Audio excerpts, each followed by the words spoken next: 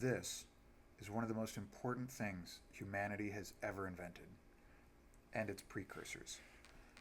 Prior to the invention of writing, which happened in several geographic places independently of each other, humanity had only the ability to communicate with the people you would immediately come in contact with your tribe members or with members of other um, adjacent tribes, people you could physically come in contact with and physically, verbally communicate face to face with. And the invention of writing, with a stylus on a clay tablet, with cuneiform, with pictographic forms of writing, was originally developed um, as a form of record keeping to write down the important things like how much people paid in levies or taxes to a king or to a warlord, how much people owed to each other, how who owned particular pieces of land. Those types of bureaucratic writings, those record keeping type writings, which are the most boring, unimaginative types of categories of writing you can have, right? Paperwork. Go to the DMV and fill out some paperwork. That type of writing, that DMV paperwork, enabled civilizations to grow from tribes of people who could communicate back and forth with each other and barter and say, I'll give you 3 fish if you give me 5 loaves of bread, and we can hand them back and forth, to something more complicated and have currencies and exchanges and economies and cities and cultures that are larger than what can be experienced at a tribal scale. So, bureaucratic writing, foundationally important for the development of civilization and the expanse of humanity beyond a tribal phase. And once we develop the ability to write, there's all kinds of things to write down. The most important things in our lives we want to write down.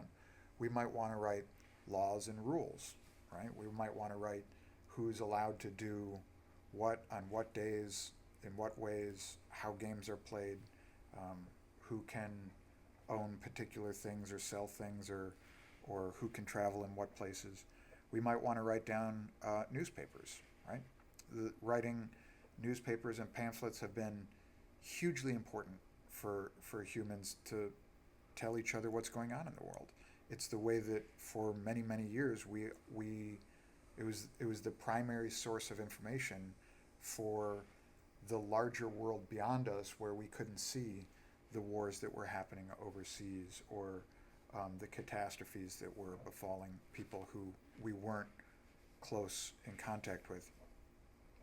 We might want to write things like textbooks, critically important, the culmination of the wisdom and knowledge that we gain through millions of hours of toil to come up with things like chemistry and physics and biology and history and these studies that give us our understanding of how the world works, can all be compressed down into a condensed, inch and a half thick textbook, as as important as any endeavor humans have ever done.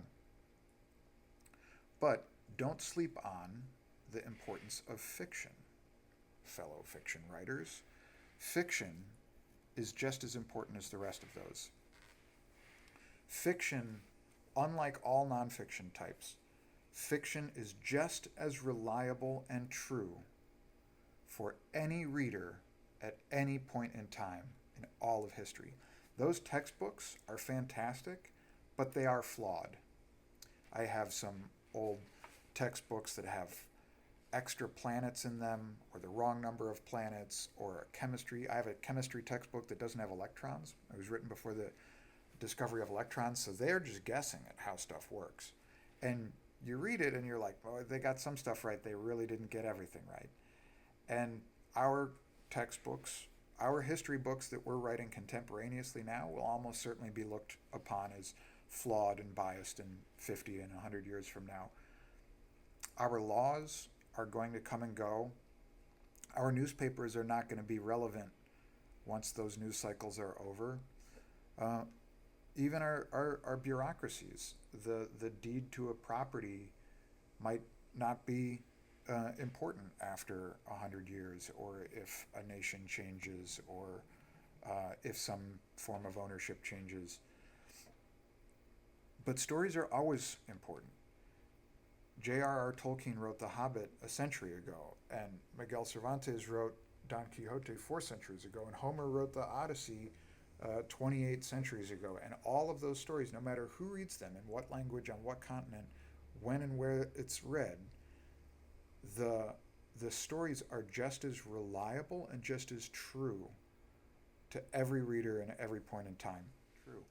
And one of the reasons why fiction is so critically important as a big project for humanity, as a tool in our toolbox to broaden our culture, is that it gives us the ability to have sympathy and empathy for people in other places in time, that we are actually practicing that empathy, that we become a more empathetic people because we have walked a mile in someone else's shoes.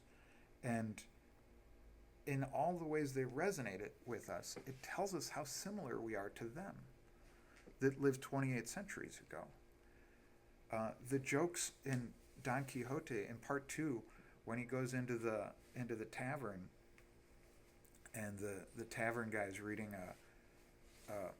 a fake part 2 of Don Quixote because someone else had published part 2, but it wasn't Miguel Cervantes, and the Don Quixote character is like kind of trash talking this fake version of the book that you're reading. It's tremendously funny, and the chuckle that you get out of it, and the cattiness of one author to trash talk someone who's copied their work in the book that they copied. I mean, it just is tremendously funny. And sharing that laugh with someone who's been dead for 400 years tells us how similar we were to them. When you read Shakespeare, Much Ado About Nothing is very funny story. The Shakespeare comedies are fantastic. Ancient Greek comedies get just as much of a rise out of people as modern ones. Those stories shape our world. They give us permission to understand that people outside of our tribe live differently than us and very similarly to us simultaneously. I think fiction stories like Uncle Tom's Cabin had just as much gravity behind it as any nonfiction pamphlet to drive a change of abolition in our society. I think reading a story like that, which at the time was the most popular book, second only to the Bible, right, was hugely influential in shaping the worldview and the outlook of a populace. It gave people the